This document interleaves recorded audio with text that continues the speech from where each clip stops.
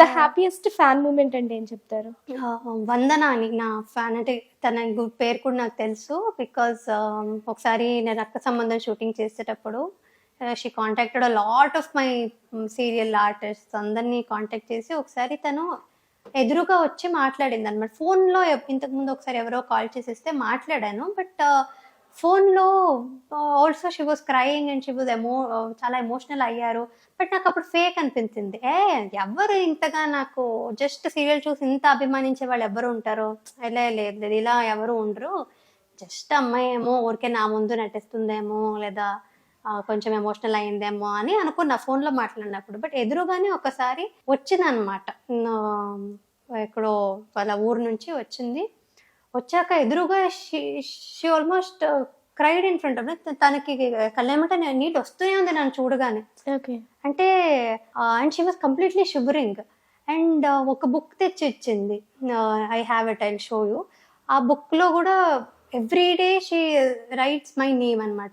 రామకోట రాసినట్టుగా నా పేరు రాసి అలా బుక్ ఒక డైరీ నిండా.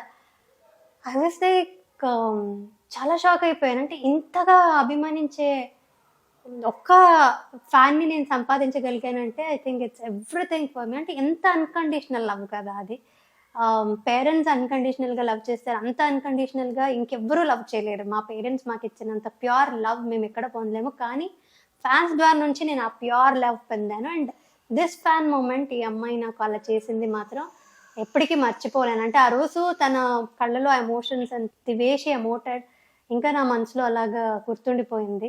That was a very sweet moment. అంటే ఇంతగా నన్ను తలుచుకుంటారా ఒకళ్ళు అన్నట్టుగా నాకే. అలాంటి వాళ్ళు కొన్ని లక్షల్లో ఉన్నారండి మీకు ఇప్పుడు. అవును, నిజంగానే. I want to thank all of them. అంటే ఆ ప్రేమని నేను సంపాదించుకున్నాను కాబట్టి ఎన్ని క్రోర్స్కి కూడా అది సరితూగలేము. అంత పెద్దది అది, అంత బాధ్యత ఉంది నా మీద. యాక్చువల్లీ వాళ్ళని ఎంటర్టైన్ చేసేదే నా ఇది. సో డెఫినెట్లీ తొందరగా ప్రాజెక్ట్ చేయాలి వాళ్ళ కోసం.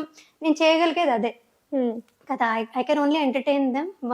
ఇంకా గివ్ బ్యాక్ అంటూ నా నుంచి వాళ్ళకి ఏమీ చేయలేను నేను.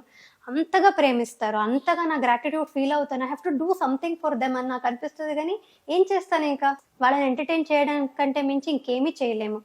అంతగా నన్ను ప్రేమిస్తారు. They literally pray for me. So speechless. ఇంకా వాళ్ళ ప్రేమ గురించి వస్తే నేను స్పీచ్లెస్ అయిపోతాను. అందుకే మీరు కూడా ఫ్యాన్స్ అడుగుతున్నారండి అని మీరు చెప్పగానే నేనేమి కాదని లేకపోయాను. ఇంకా లిటరల్లీ వాళ్ళు ఇప్పుడు చూస్తే చాలా ఖుషి అవుతారు. ఆవిడ మా పేర్లు ఎన్నిసార్లు తలుచుకుంటున్నారు. To both the Lavanyas, love you so much. Okay, final గా మీ లైఫ్ లో ఎప్పటికీ మర్చిపోలేని ద సాడెస్ట్ మూమెంట్ అంటే ఏం? మనిషి అన్నాక ఎవరైనా ఒకరోజు వెళ్ళిపోవాల్సిందే ఇక్కడ నుంచి. కానీ సాడెస్ట్ మూమెంట్ అనే దానికంటే ఎక్కువ ఆఫ్టర్ దట్ మా నాన్నగారు వెళ్ళిపోయాక నేను లాస్ట్ డేస్లో నేనుతో టైం స్పెండ్ చేయలేకపోయాను.